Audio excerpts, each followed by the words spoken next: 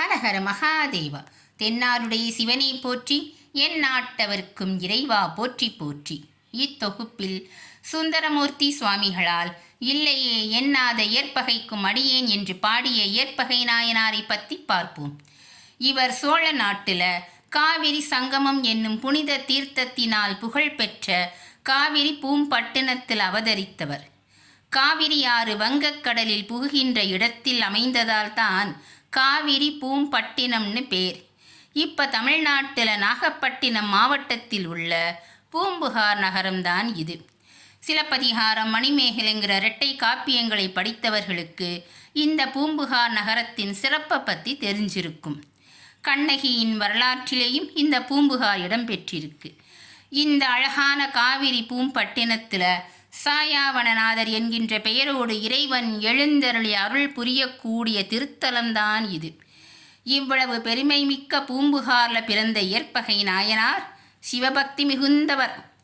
நெற்றியில் திருநீர் அணிந்து சிவநாமம் சொல்லி ருத்ராட்சம் அணிந்திருக்கிறார், சிவவேடம் தரித்திருக்கிறார். சிவனடியார் என்று யார் வந்தாலும் எதை கேட்டாலும் அது பொன்னாக இருந்தாலும் சரி, பொருளாக இருந்தாலும் சரி, அல்லது இதை வைத்துத்தான் வாழ வேண்டும்கிற வேறு எந்த பொருளாக இருந்தாலும் சரி, இல்லை என்று சொன்னதே இல்லை. யான் எனது என சுயநலமிக்க இப்புவியில் இயற்கை விதிக்கு மாறாக எமதென்று ஏதுமில்லை, என் கிட்ட இருக்கிற எல்லாமே அடியார்களுக்கேன்னு எல்லாத்தையும் அடியார்களுக்கு அர்ப்பணிக்கும் இவரின் குணத்தால்தான் இயற்பகையாருங்கிற நாமம் இவருக்கு வந்தது. வணிக குலத்தில் பிறந்த இவர் வணிகத்திறத்தால் பெரும் செல்வந்தரானார். தெய்வம் தொழாது தொழுநனையே தொழுதெழுவாள் என்ற குரலுக்கு ஏற்ப இவர் மனைவியாரும் இயற்பகையாரோடு சேர்ந்து கொண்டு திருநீர் அணிந்த அடியவர்களுக்கு பாத பூஜை செய்ய தவறியதே இல்லை. பக்தி என்பது பொதுவானது. ஆனால் அடியார்கள் கொண்ட பக்தி என்பது அவர்கள் தாம் கொண்ட கொள்கையில் இருந்து எந்த காரணத்திற்காகவும் பிறழாமல் வாழ்பவர்கள் என்ற காரணத்தினால்தான் இவர்கள் வணங்கப்பட வேண்டியவர்களாய் இருக்கிறார்கள்.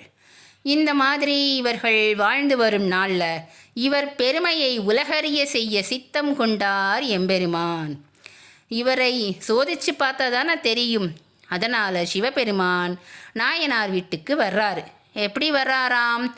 தூய வெண்ணீற்றை பொன்னார் மேனியில் அணிந்து ருத்ராட்சம் தரித்து தேஜசான தோற்றத்தில் சிவனடியார் வேடத்தில் வர்றார்.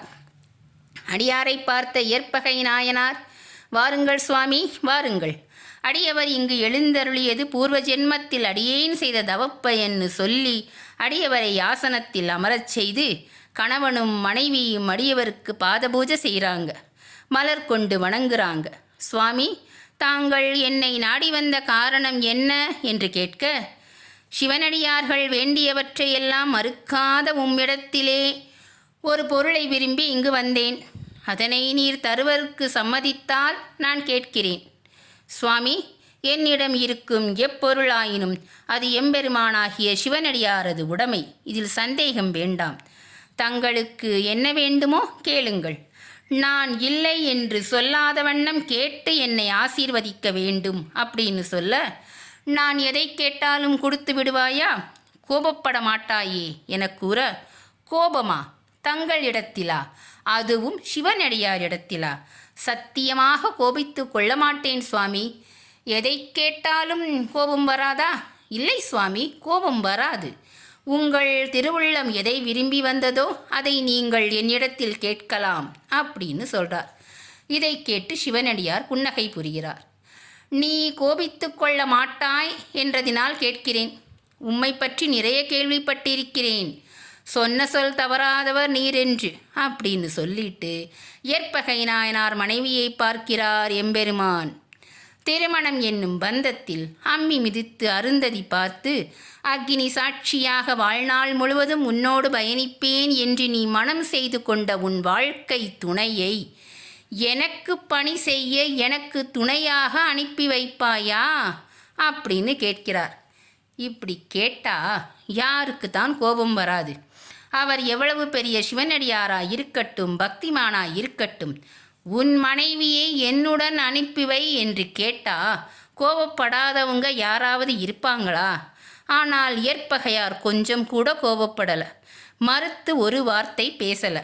அதுக்கு மாறாக முன்னை விட மிகவும் சந்தோஷத்துடன் கை கூப்பியவாறே சொல்றார், ஐயனே, என்னிடம் உள்ள பொருளையே கேட்டீர்கள். நான் இல்லை என்று சொல்லாத வண்ணம் கேட்டீர்களே, எனக்கு மிகவும் சந்தோஷம். உண்மையிலேயே தங்கள் அருளுக்கும் ஆசிக்கும் இந்த எளியேன் அடிமை அப்படின்னு சொல்றார். கொஞ்சம் யோசிச்சு பாருங்க. ஏற்பகையார் சிவனடியார்களிடத்தில் கொண்டுள்ள பக்தி நிலையைத்தான் என்னன்னு சொல்றது. மனைவியை கொடுக்கலாமா, கொடுத்தால் என்ன நேருமோ என்ற அச்சம் அவர் நெஞ்சத்தில் கொஞ்சம் கூட இல்லை. தன்னை மறந்த பக்தி நிலையில் மனைவிங்கிறதையும் மறந்து அடியார்க்கு அளித்த ஆற்றலைத்தான் என்னவென்பது. பக்தி என்றால் இதுவல்லவோ பக்தி. அதுக்கப்புறம் தன் மனைவியை அழைக்கிறார். மனைவியை பார்த்து சொல்றார், அடியார்கள் என்னிடம் யாசித்ததை நான் இதுவரையில் இல்லை என்று சொன்னதே கிடையாது. உன்னை கேட்டிருக்கிறார், நான் தந்துவிட்டேன்.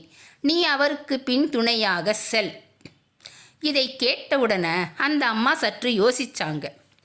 இது இயற்கைக்கு புறம்பானதே, இந்த உலகம் பழிக்குமே, வாழ்க்கை முறைக்கு சரியில்லையே, இல்லற தர்மத்திற்கு நியாயமில்லையே என்ற பல கேள்விகள் அந்த அம்மையார் மனதில் எழுந்தது.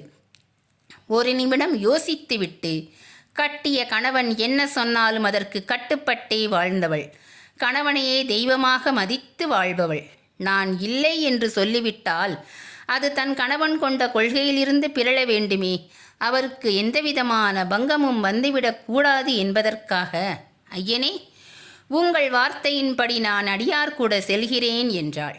இதில் இயற்பகையார் அடியார்களிடத்தில் கொண்ட பக்தி பெரியதா அல்லது இந்த அம்மையார் கணவரிடத்தில் கொண்ட பக்தி பெரியதா என்று பார்த்தால் இருவருமே ஒருவருக்கொருவர் சளைத்தவர்கள் அல்ல என்று தெரிகிறது. இப்போ அந்த அம்மையார் அடியார் கூட போகிறதுக்கு ஒத்துக்கிட்டாங்க. நாயனாருக்கு ஒரே மகிழ்ச்சி. இறைவன் அடியாருக்கு என அளிக்கப்பட்ட தன் மனைவியை பார்த்து கையெடுத்து கும்பிடுறார். சிவனடியாருக்கும் ஒரே சந்தோஷம். நீ கோபப்படுவாயோ என்று நினைத்தேன், இல்லை என்று சொல்லாத அளவிற்கு கொடுத்து விட்டாய். ஐயனே, இன்னும் ஏதாவது உங்களுக்கு வேணுமா, நான் ஏதாவது செய்யணுமா அப்படின்னு கேட்க, அப்பா, நீ உன் மனைவியை எனக்கு கொடுத்து விட்டாய். ஆனால் இந்நங்கையை நான் அழைத்து செல்வதற்கு தனியாகத்தான் போகணும். உன்னுடைய சுற்றத்தாரும் இந்த ஊர்க்காரர்களும் எதிர்த்தால் நான் என்ன செய்வது? அவர்களுடன் சண்டை போடுற அளவுக்கு என்னிடம் பலமில்லை. அதனால் நாங்கள் இருவரும் இந்த ஊர் எல்லையை கடந்து செல்லும் வரையில் நீ எங்களுக்கு துணையாக வர வேண்டும் அப்படின்னு சொல்கிறார். என்ன சோதனை பாருங்க. ஆனால் இப்போ கூட இயற்பகை நாயனாருக்கு கோபமே வரலை.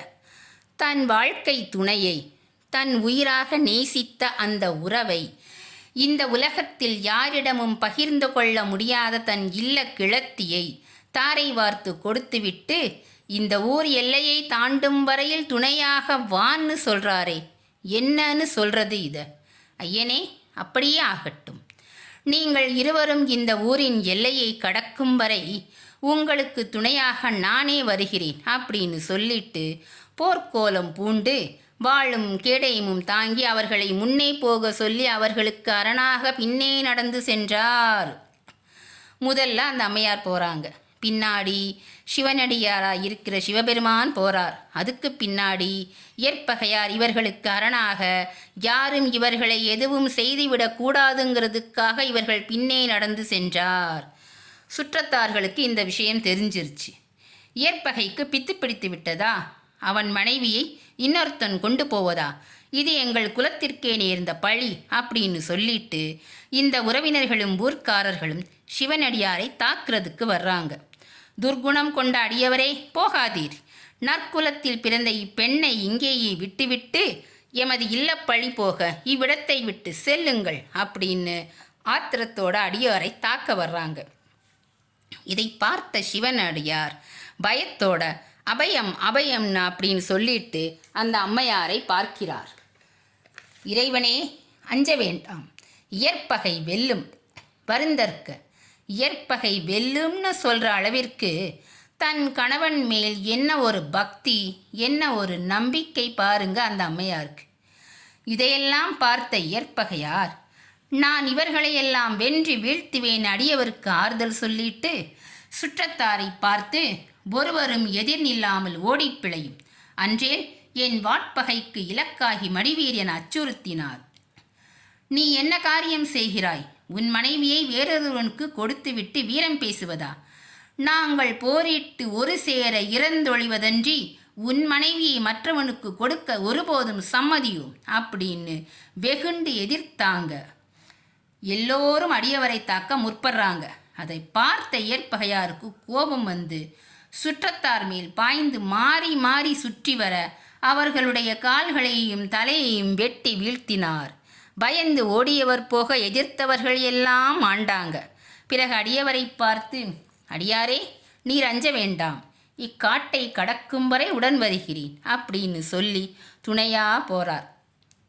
திருச்சாய்க்காட்டுக்கு போய் சேர்ந்தாச்சு. அடியார் சொல்றார், மிக்க மகிழ்ச்சி, மிக்க சந்தோஷம், இந்த ஊரின் எல்லை வரை வந்து விட்டாயப்பா, நான் சென்று வருகிறேன் என்று சொல்ல ஏற்பகையாரும் அடியாரை வணங்கிட்டு ஊருக்கு திரும்பி போறார். அவர் மனைவியை கடைசியாக நிமிர்ந்து ஒரு முறை கூட பார்ப்பதற்கு இவர் தயாராக இல்லை. அனுப்பிவிட்டு திரும்பியவர் மீண்டும் ஒரு முறை பார்ப்பாரா பார்ப்பாரா என்று இறைவன் பார்க்கிறார். ஆனால் நடக்கிறார் நடந்து கொண்டே இருக்கிறாரே தவிர திரும்பியேனும் தன் மனைவியை ஒரு முறை கூட பார்க்க வேண்டும் என்ற எண்ணம் அவர் மனதில் ஏற்படவே இல்லை. இதற்கு மேலும் இவரை சோதிக்க கூடாது என்று எண்ணிய சிவபெருமான், ஏற்பகை முனிவா ஓலம், சேர்க்கரும் செய்கை செய்த தீரனே ஓலம் ஓலம் என அழைக்க, அந்த ஓசையினை கேட்ட ஏற்பகையார், அடியேன் வந்தேன், தீங்கு செய்தார் உளராயின் அவர்கள் என் கைவாளால் மாண்டொழிவர் என கூறி விரைந்து வந்தார். இறைவன் அவ்விடத்தை விட்டு மறைந்தருளினார். அடியவரை காணாது அவருடன் சென்ற தன் மனைவியை மட்டுமே கண்டார். வானவீதியில் இறைவன் பார்வதி தேவியுடன் ரிஷப வாகனத்தில் காட்சி கொடுத்தார். ஏற்பகையார் நிலத்திலே பலமுறை வீழ்ந்து தொழுதார். எம்பெருமானே, நான் பிறந்த நாள் முதல் உன்னை வணங்கி வழிபட்டு உன் பெயரை சொல்லி உன் அடியார்களுக்கு தொண்டு செய்வதை என் வாழ்க்கையின் குறிக்கோளாக கொண்டிருந்தேன். எனக்கு இத்தனை பெரிய பேரா? உங்கள் தரிசனம் யாருக்கு கிட்டும்? எத்தனை கோடி தவம் செய்தாலும் கிடைக்காத உங்கள் தரிசனம் கண்டேனே என்று கணவனும் மனைவியும் கண்ணீர் விட்டு கதறி அழுது சாஷ்டாங்கமாக விழுகிறார்கள். அதற்கு எம்பெருமான், அப்பா, இந்த உலகில் யாரும் செய்வதற்கரிய செயலை செய்தாய். உன்னைப்போல் ஒரு அடியாரை நான் பார்த்ததே இல்லை.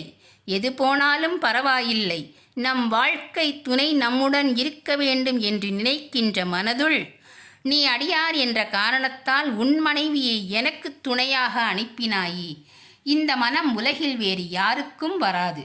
உன் பக்தியை உலகம் உள்ளவரை மக்கள் வாழ்த்துவார்கள் என்று வாழ்த்தி ஆசீர்வதித்து அற்புதமான காட்சியை வழங்கினார். ஏற்பகையாருக்கு மட்டும் இறைவன் அருள் செய்யவில்லை. இந்த மாண்டு போன உறவினர்கள் இருக்காங்கள்ல, அவர்களையும் மீண்டும் உயிர் பெற செய்து அவர்களுக்கும் அவர் திருவருள் வழங்கினார்.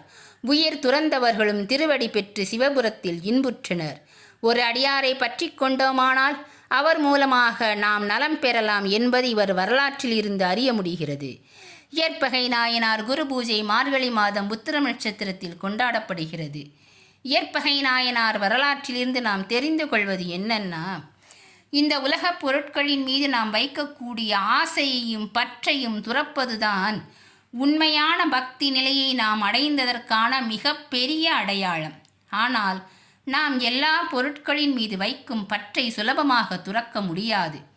மனைவி என்றால் அவர் மீது ஒரு பற்று, குழந்தை என்றால் அவன் மீது ஒரு பற்று, செல்வம் என்றால் அதன் மீது ஒரு பற்று, எல்லாவற்றிலும் பற்று வைத்தே வாழ்ந்து கொண்டிருக்கிறோம். அப்படி வாழக்கூடிய வாழ்க்கையில் இவரை போல் பற்றற்றவராக வாழக்கூடியவர் என்றால் அது அதிசயம்தானே. தன்னுடைய மனைவி என்ற பற்று கூட இவரிடம் கொஞ்சம் கூட இல்லை. இவர் தன்னுடைய மனைவியையும் இறைவன் தந்த அருட்பிரசாதமாகவே பார்க்கிறார். உயிர் கூட இறைவன் தந்த பிச்சை தானே.